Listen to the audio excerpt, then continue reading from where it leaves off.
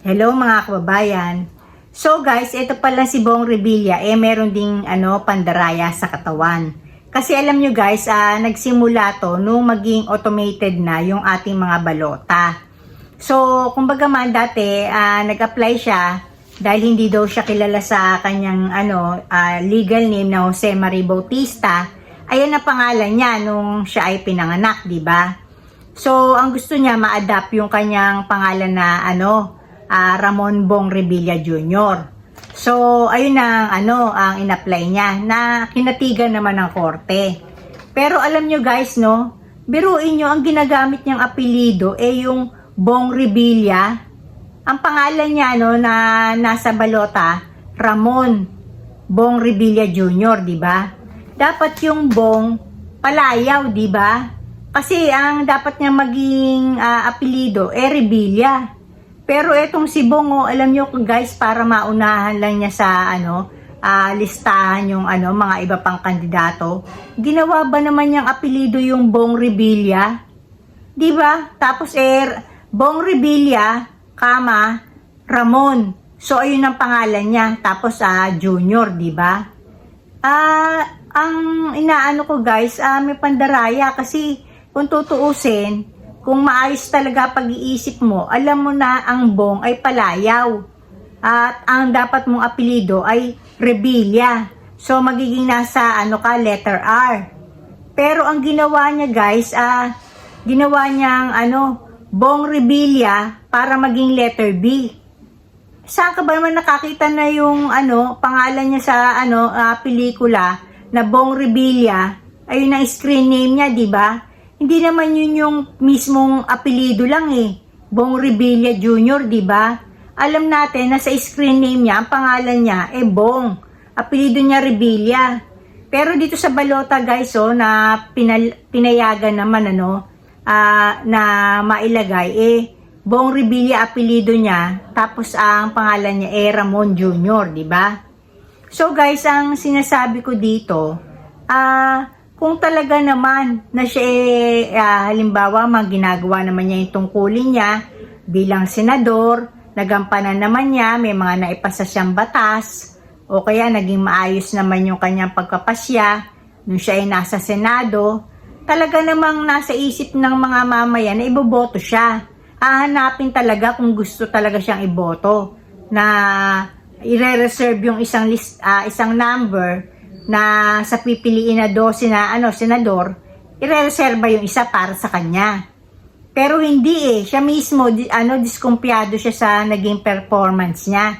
So kailangan na baka kaysa malimutan pa siya kung nasa letter R siya na Revilla ang gamitin niyang apelido, which is yun ang tama, Ang ginawa niyang apelido niya Bong Revilla, 'di ba? Ayun na nga yung screen name mo Sa screen name mo, ang pangalan mo Bong, apelido mo Revilla. Dito naman sa balota, ginawa mo ng apelido mo mismo yung Bong Revilla Jr. Ganyan ang ginawa ni Bong Revilla. So ibig ko sabihin guys, kung tutuusin, iniisahan niya yung kanya mga kapwa kandidato na mauna siya sa, kumbaga man, para yung isang boto, makita yung pangalan niya, checkan na, mapasok na siya. Tapos ibig sabihin, i-secure na niya na buena mano, malagay na siya. Pero guys, sa totoo lang itong si Bong Revilla, di ba nakasuhan to sa graph? Di ba? Tapos dapat ito magbayad to ng o ibalik niya yung 124 million, 124.5 million. So ngayon inuutusan siya dahil nga hindi nga daw siya guilty, pero kailangan niyang ibalik yung 124.5 million. Ang tanong, na ibalik ba? So guys, sinasabi ko lang sa inyo to kasi baka naman dahil nauna nyo makita, which is yun ang intention niya, yung pangalan niya sa balota, basta nyo nalang checkan yung pangalan ni Bong Revilla. Huwag ganun guys. Tignan nyo rin kung ano yung mga naging performance niya. Biruin nyo, tagal na niya na senador, ayaw na niya bitiwan ng pagiging senador, na umabot pa para lang mailista siya sa isa sa mga 12 pipiliin. na mismo yung pangalan niya, ginawa na rin niyang apelido niya. Kumbaga naiisa siya sa ibang kandidato. So guys, ang mga ganitong klase na mga senador, no, may halong pandaraya yan eh. Kasi alam mo naman talagang hindi mo dapat ilista yung Bong na apelido mo. Yun ay pangalan mo. Screen name mo nga yan eh. Na ang pangalan mo ay Bong, apelido mo ay Rebilla. Pero dahil nga gusto mong makaisa o mauna sa balota, yung ibang mga kandidato at una nang maispatan yung pangalan mo para ma-checkan na, ma-secure na meron kang isang boto, no, sa bawat Pilipino na iniisip mo, di ba? Dahil hindi ka nga tiwala sa performance mo eh. So, kumbaga man, ayun na, ginawa niya. Ginawa na niya ang apelido niya yung Bong Revilla. Yung mga ganyang klaseng kandidato, guys, hindi yan binoboto. Kasi mismo sila, no, hindi sila tiwala sa performance nila na umabot pa sila sa ganyang scheme. Ano yan eh?